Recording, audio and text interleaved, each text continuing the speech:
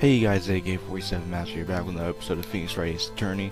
And on this episode, we are going to be continuing off right where we left off on last episode. And on last episode, where we ended, we had to prove that the loud noise at 11:50 p.m. was a gunshot. Now if you check the pistol right here, it says it was fired 3 times. Now we know 2 of those times that it was fired, but this last one, the third one, may be at 11:50, so let's show the pistol. This is my evidence. The murder weapon? Something about this pistol was bothering me, Your Honor. Both of the witnesses who testified yesterday heard 2 gunshots. However, the murder weapon was fired 3 times. When, then, was the last shot fired? Only now have I realized the truth. The truth, the whole truth, and nothing but the truth, that the third shot was not a shot Larry heard just before midnight. Oh, we figured it out. Order. That would make sense of the evidence we've seen so far. However, this leaves me wondering exactly what did happen that night on the lake. Exactly. If this is true, there were 2 sets of gunshots separated by 25 minutes. One at 11:50, another at 15 minutes after midnight. Why, I ask you? Why? Uh-oh. I better think of something quick. Wait a second. Gunshots separate by 25 minutes? Ah! Well, what's wrong, Nick? I have it. Huh? What do you have? Remember the case with the Steel Samurai? Huh? Yeah, of course I remember. The murderer in this case had the same idea as the murderer in that case. What do you mean? Maya?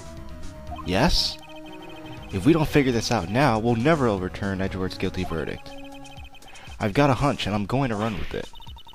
Right. I mean, is this safe? Safe? We've already gotten a guilty verdict. We have nothing to lose. You just watch and let me know if I say anything that sounds fishy, okay? Right, Nick. Okay, let's do this. Your Honor. Yes, Mr. Wright? The testimony just now has cleared up this entire case. Ooh, what did he come up with?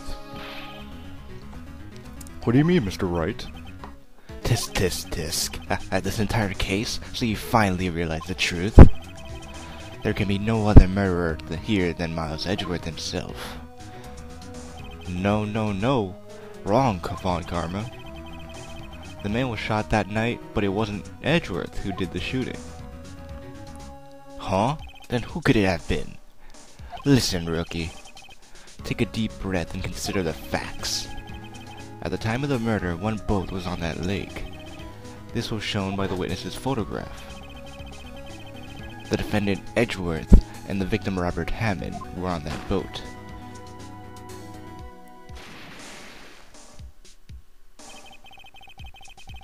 There was a gunshot fired on that boat and Robert Hammond fell into the lake. The distance of the shooting was 1 meter. It couldn't have been suicide. Well, snap! The guilty party has to be the other man on the boat. I admit it is hard to imagine any other possibility. Yes, but this assumes that the victim was shot at 15 minutes after midnight. Huh? What do you mean by that, Mr. Wright? We have photographic evidence at the time of the shooting. The timestamp on the photo says 00:15. But Larry heard a gunshot 25 minutes before that. Robert Hammond was killed then, 25 minutes before the shot on the lake. That's the only way that Edgeworth could be innocent. Mr. Wright, are you quite mad?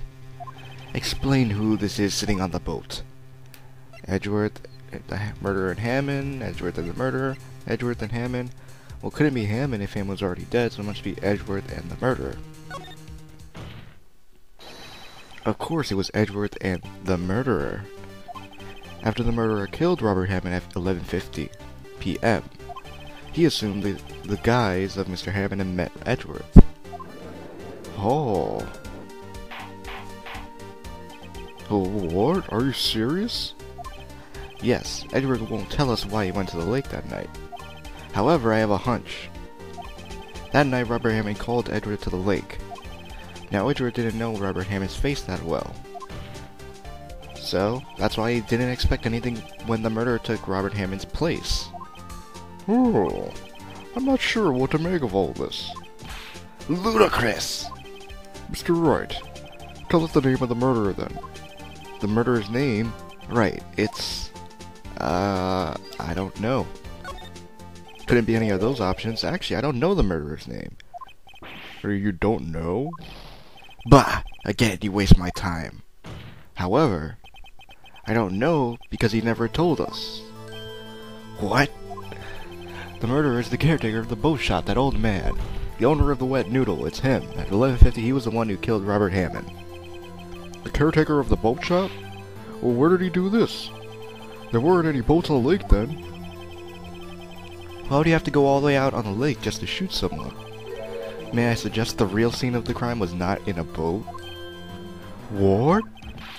Well then, where did the murder take place? Show the judge where the murder took place.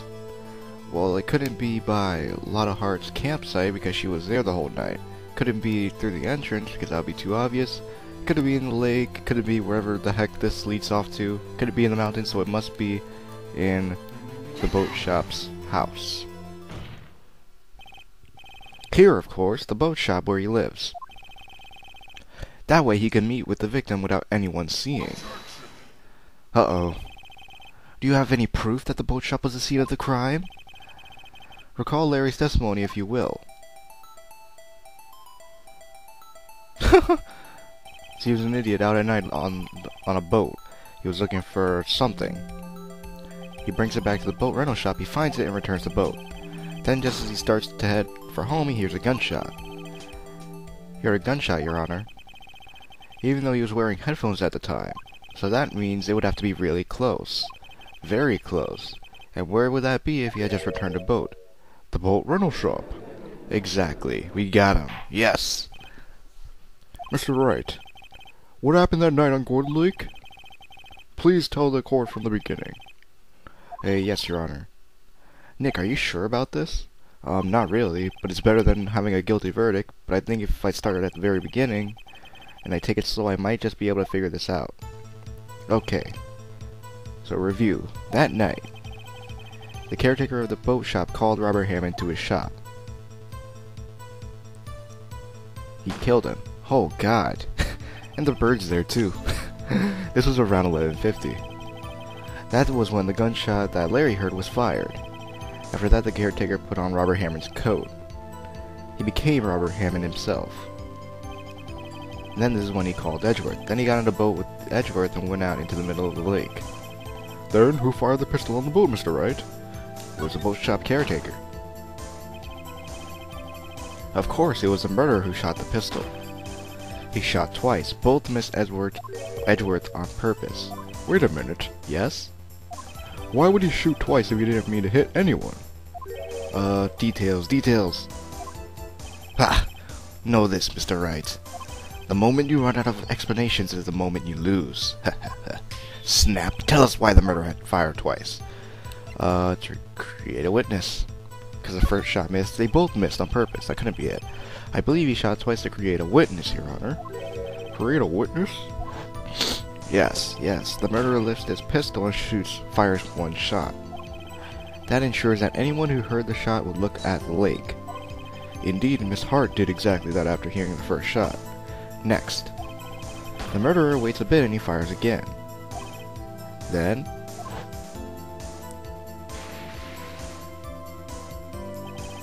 the murderer jumps from the boat himself, leaving the pistol in the boat behind him. Oh, I see. To someone looking from the edge of the lake, it would appear that one of the men on the boat has shot the other. The murderer did not know about the automatic camera, of course. That's why he shot twice, to draw attention to the boat. Once he realized that, everything else falls into place. The boat shop caretaker swam back to his shop. Then he put Mr. Hammond's wet coat back on the body, and threw the body into the lake.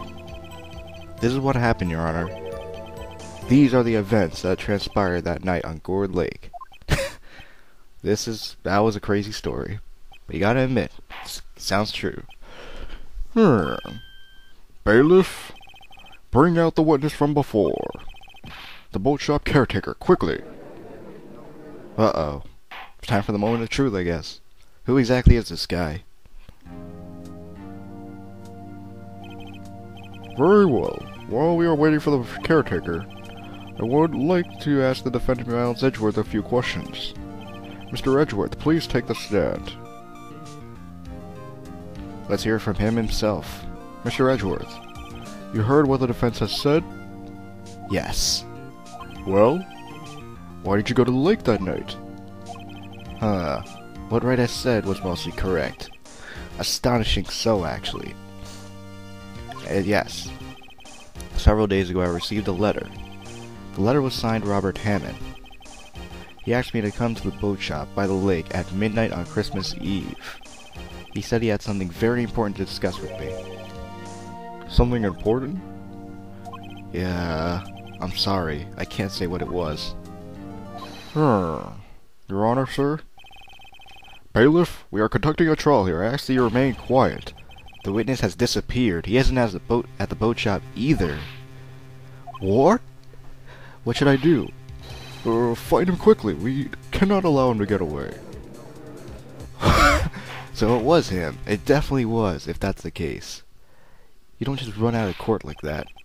Mr. Von Karma, your witness has disappeared. A search warrant has already been issued. It goes without saying that I cannot declare a verdict under these circumstances. I will extend the trial until tomorrow, the final day allowed. I request that the police department utilize all its forces to find that witness. Am I understood? One more thing. Just who is that boat shop caretaker? I think his identity has become very important to this trial. I want him and I want to know who he is. Very well, court is adjourned. Looks like that is it. December 27th, 1:22 p.m. District Court Defendant Lobby Number 2. Yeah, Nick, you did it. Yeah.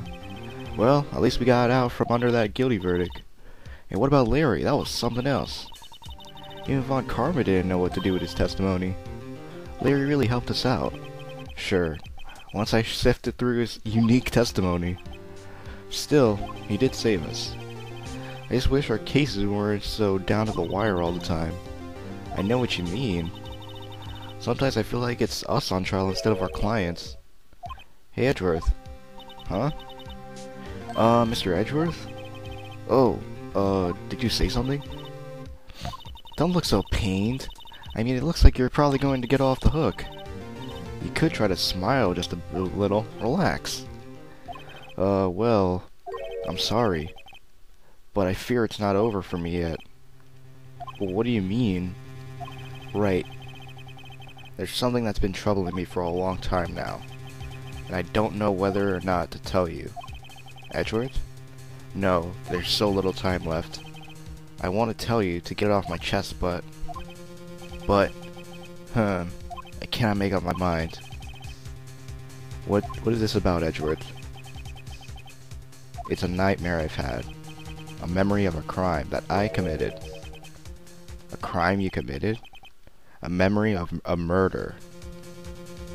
Dun dun dun!